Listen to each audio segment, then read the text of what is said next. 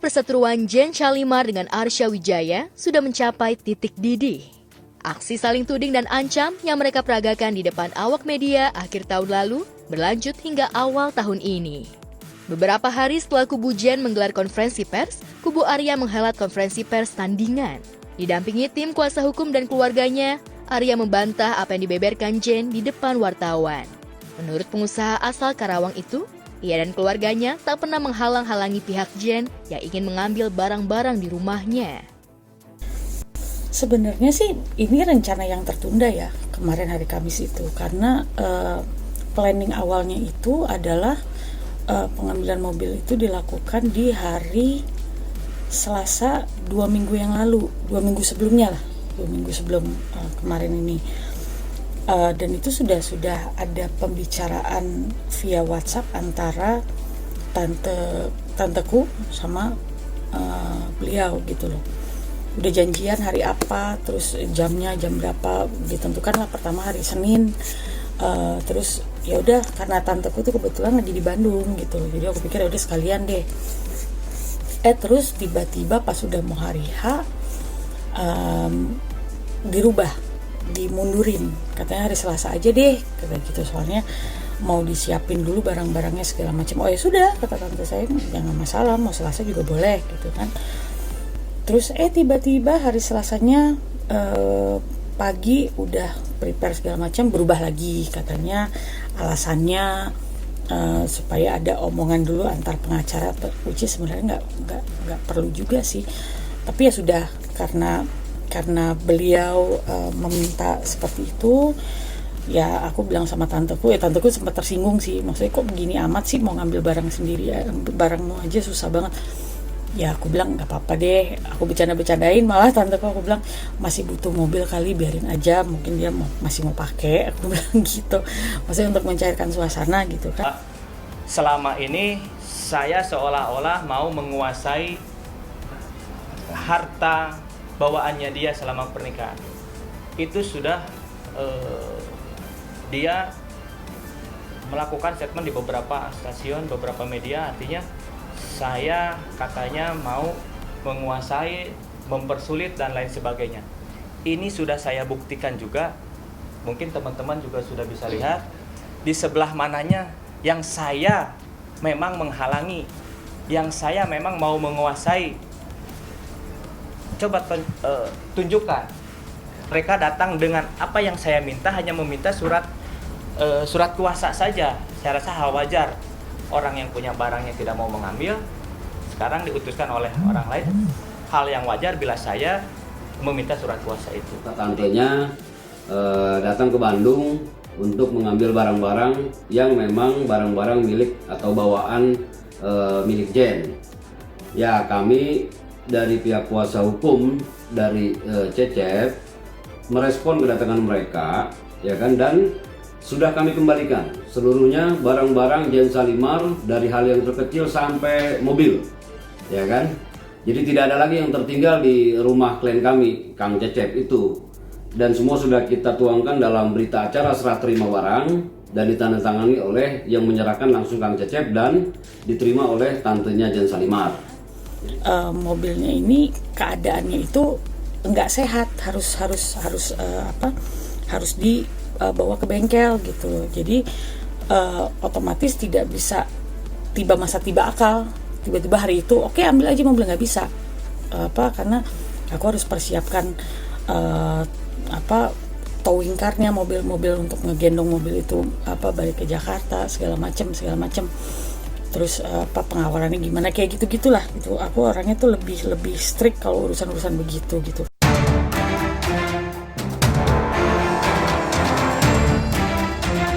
Meninggalkan rumah Arsya sejak akhir November lalu, Jen seolah pantang menginjakan kaki di rumah pria yang menikahinya pada 19 Februari 2020 itu.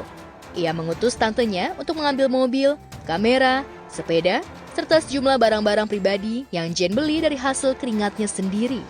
Tapi menurut Jen, Arsya dan keluarganya memperlakukan tantenya dengan kasar sehingga ia terpaksa mensomasi pihak Arsya. Sangat kecewa karena ada profesi di situ.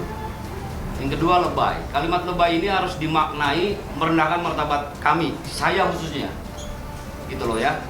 Jadi dalam kesempatan ini saya mensomasi secara terbuka kepada saudara Jen untuk mencabut kata-kata itu dan meminta maaf di media, ya.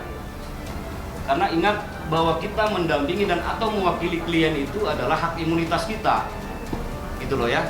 Jadi jangan disamaratakan.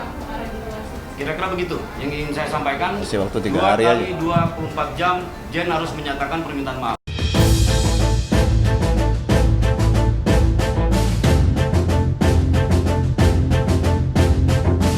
Seolah tak mau kalah gertak, Arsya juga mensomasi Jen.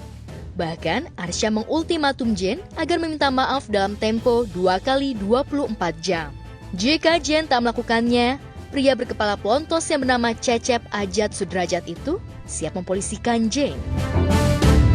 Ya, kedatangan pihak Jen untuk mengambil barang-barang kabarnya bikin rusuh dan mengganggu ketentraman warga sekitar.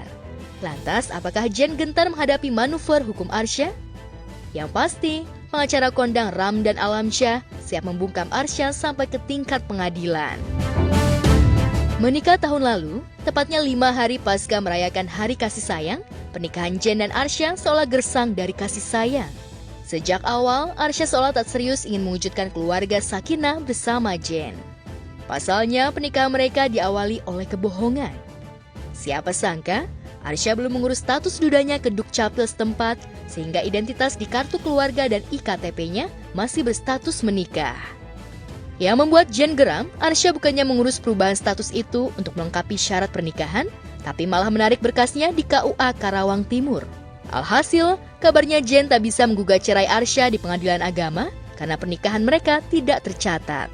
Lantas, apa kata Arya tentang isu dirinya sengaja memperdaya Jen untuk mengeruk keuntungan materi?